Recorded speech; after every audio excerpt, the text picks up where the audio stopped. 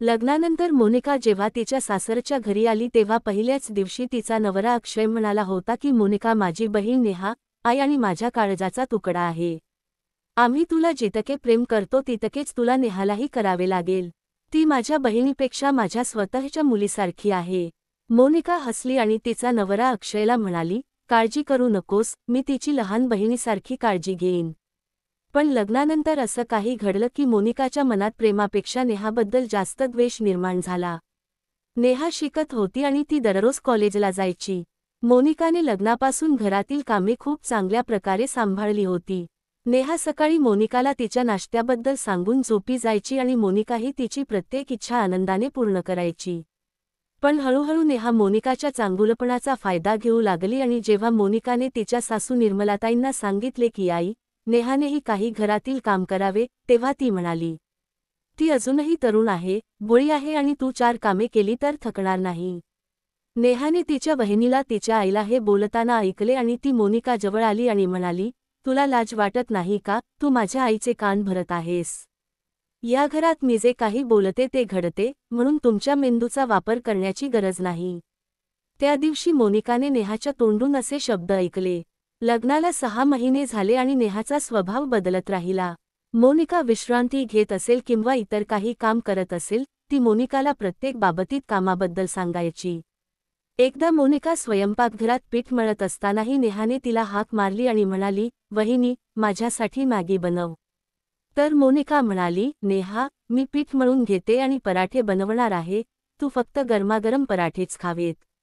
हे ऐकून नेहाजवळ बसलेल्या तिच्या आईला म्हणाली, बघ आई, तिने माझ्यासाठी मॅगी बनवायला नकार दिला.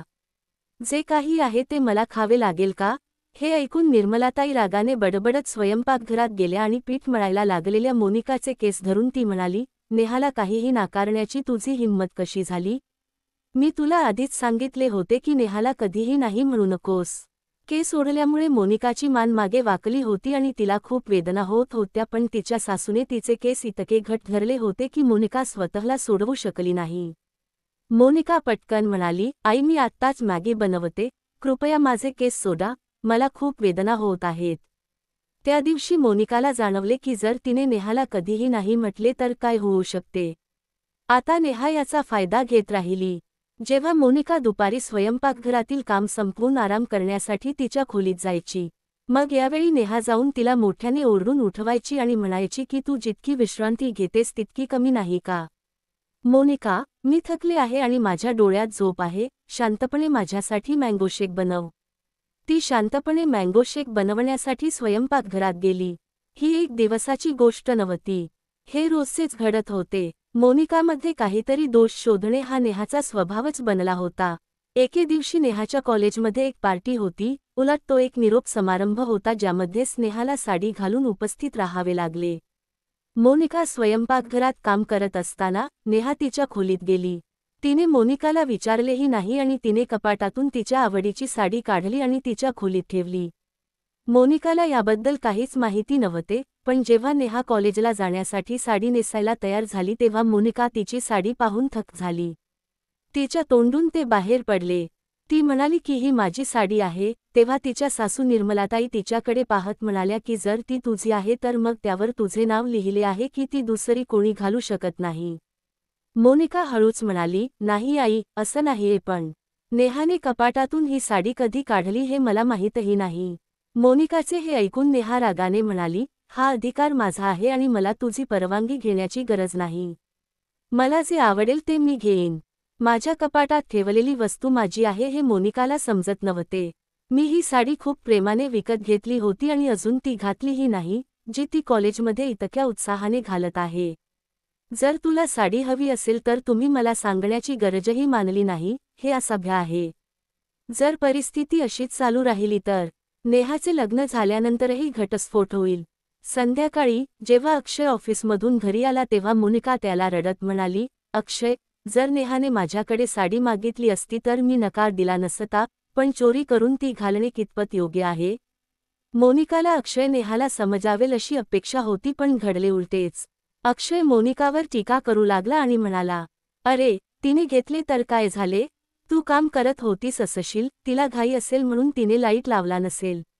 माझ्यासमोर रडत आणि नाटक करत इतका गोंधळ घालण्याची काय गरज आहे? आता तुला काय हवे आहे? की मी जाऊन माझ्या प्रिय बहिणीला शिव्या द्याव्यात? अक्षयचे बोलणे ऐकून नेहाला धक्काच बसला. ती उघड्या डोळ्यांनी तिच्या नवऱ्याकडे पाहत होती.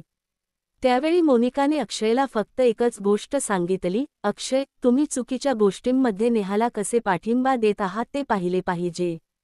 नेहाला तिच्या सासरच्या घरात खूप समस्यांना तोंड द्यावे लागेल कारण नेहाला काहीही ऐकण्याची सवय नाही. अक्षय हे ऐकताच तो गरम लाव्हासारखा उकळला. त्याने मोनिकाच्या गालावर इतकी जोरात थाप मारली की ती बेडवर पडली आणि अक्षयच्या बोटांचे ठसे तिच्या गालावर स्पष्ट दिसत होते. मोनिकाचे डोळे अश्रूंनी भरले. ती सतत अक्षयकडे पाहत होती. तिच्या मनात रागाची लाट उसळत होती, जी ती सध्या नियंत्रित करण्याचा प्रयत्न करत होती, असं वाटत होतं. अक्षय तिच्याकडे पाहत खोलीतून बाहेर पडला. अक्षय गेल्यानंतर नेहा खोलीत आली आणि म्हणाली, मी तुम्हाला आधीच सांगितले होते की माझ्या कोणत्याही बाबतीत हस्तक्षेप करू नकोस आणि माझ्या दादा आणि आईच्या कानात माझ्याविरुद्ध कुजबुजण्याचा प्रयत्न करू नकोस. मोनिका नेहाकडे रागाने पाहत होती पण ती काहीही करू शकत नव्हती. कारण तिला माहीत होते की एके दिवशी नेहा हे ठिकाण सोडून जाईल, मग तिच्यामुळे तिने तिचे कौटुंबिक जीवन का उद्ध्वस्त करावे? पण आतून मोनिका दुःखी होती आणि तिला प्रश्न पडला होता की नेहा नावाचा हा काटा घरातून कसा काढायचा? आता तिचे कॉलेज संपले आहे आणि ती दिवसभर घरी बसून ऑर्डर देते. बसून असताना तिचे वजन वाढत आहे आणि तिच्या मेंदूतील कचराही वाढत आहे. एके दिवशी मोनिका अस्वस्थ झाली आणि तिने तिचे सर्व दुःख तिच्या आईसोबत शेअर केले. तिची आई म्हणाली, बेटा, काळजी करू नकोस.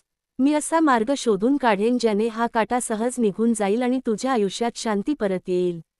आज पहिल्यांदाच मोनिकाला खूप आराम वाटत होता कारण आज तिने तिच्या आईसमोर तिचा भार हलका केला होता. आता ती कोणाशीही बोलत नव्हती आणि गप्प राहिली. एके दिवशी तिच्या सासू निर्मलाताई म्हणाल्या, मी जेव्हा जेव्हा तिच्याकडे पाहते तेव्हा ती चेहऱ्यावर 12 वाजले असल्यासारखी दिसते. मी जेव्हा जेव्हा तिला पाहते तेव्हा ती दिवसभर उदास चेहऱ्याने घरात फिरत असते. अरे, जेव्हा सून हसते तेव्हा देवी लक्ष्मी घरात येते. सासूबाईंकडून हे ऐकून मोनिकाला स्वतःवर नियंत्रण ठेवता आले नाही आणि ती म्हणाली, तुम्ही तुमच्या घरातील हसणारी लक्ष्मी तुम्ही कुठे सोडली आहे आणि तुम्ही तुमच्या सुनेला सून का म्हणता? सर्व काम मोलकरणीकडून केले जाते. हे ऐकून निर्मलाताई संतापली आणि सोफ्यावरून उठून मोनिकाला मारायला गेली. मग निर्मलाताईचा फोन वाजू लागला. फोनवर कोणीतरी सांगितले की नेहासाठी खूप मोठ्या कुटुंबातून प्रस्ताव येत आहे, पण त्यांना लवकरच लग्न करायचे आहे कारण त्यांचा मुलगा लग्नानंतर परदेशात जाणार आहे. हे ऐकून निर्मलाताईने आनंदाने उडी मारली आणि तिने लगेच अक्षयला फोन करून ही बातमी दिली. तेव्हा अक्षय म्हणाला की आई, तुला नेहासाठी यापेक्षा चांगला जोडीदार मिळणार नाही. या लोकांना घरी बोलावण्याची तयारी तुम्ही लवकरात लवकर करावी. या बातमीने नेहा आनंदाने वेडी झाली. तिने तिच्या सर्व मैत्रिणींना सांगितले होते की ती लग्नानंतर दुसऱ्या देशात शिफ्ट होणार आहे आणि आता ती देखील नायिकेसारखी महागडी सौंदर्य प्रसाधने वापरणार आहे. निर्मलाताईंनी त्यांना लगेच तिच्या घरी बोलावले. अक्षयने त्यांच्यासाठी उत्तम चहा आणि नाश्त्याची व्यवस्था केली आणि बाहेरून जेवण मागवले. निर्मलाताईंनी मोनिकाला नेहा पूर्णपणे तयार झाल्यावर बाहेर आणण्यास सांगितले.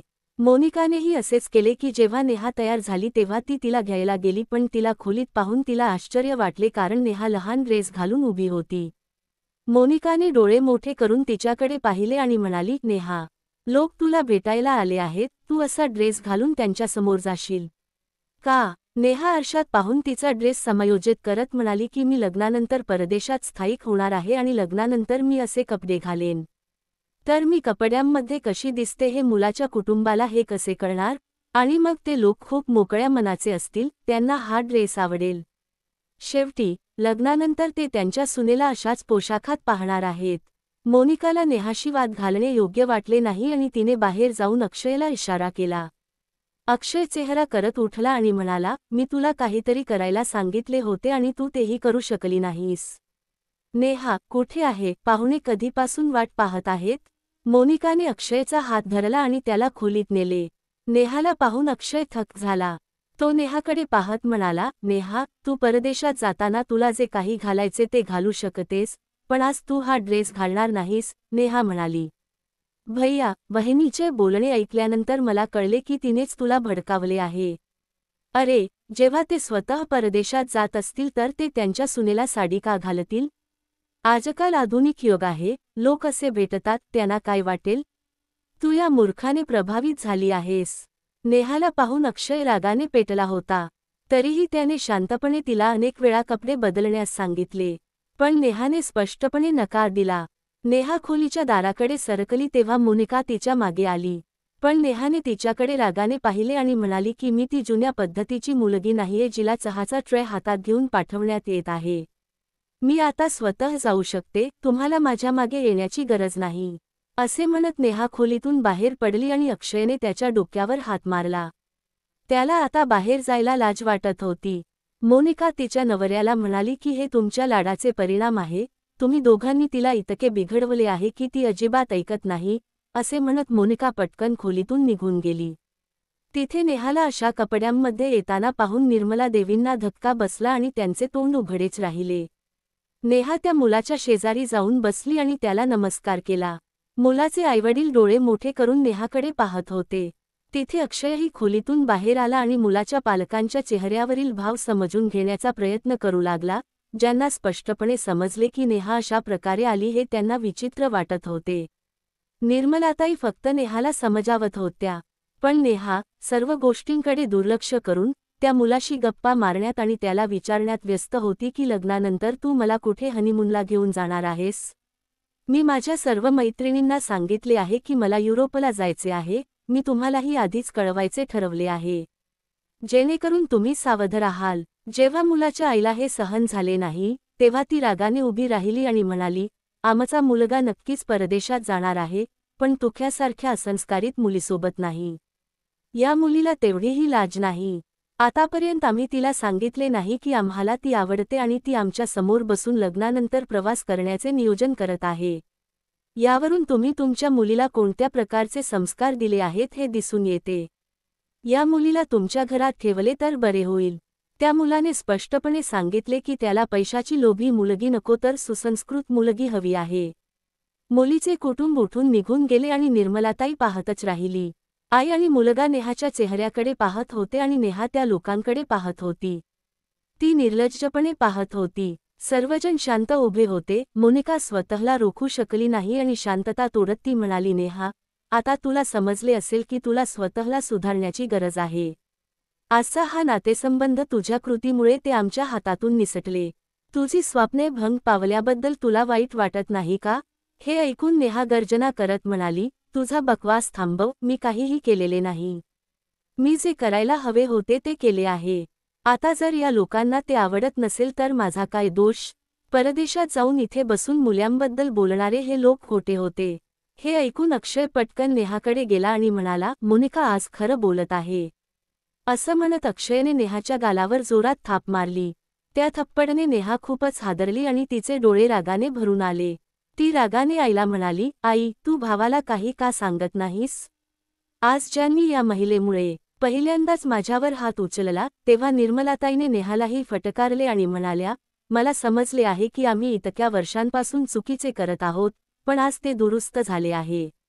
आम्ही तुला का बिघडवले? आता आम्ही तुला वाढवू. मी जे सांगेन ते तुला करावे लागेल कारण माझ्या सुनेचे संस्कार तुझ्यापेक्षा चांगले आहेत. यानंतर अक्षय आणि निर्मलाताई यांचे मोनिकाबद्दलचे वर्तन बदलले. तर मित्रांनो, तुम्हाला ही कहाणी कशी वाटली? मी तुम्हाला कमेंट करून नक्कीच सांगेन. जर तुम्हाला कथा आवडली असेल तर व्हिडिओ लाईक करा. जर चॅनेलवर नसेल तर कृपया चॅनेल सबस्क्राईब करा. धन्यवाद.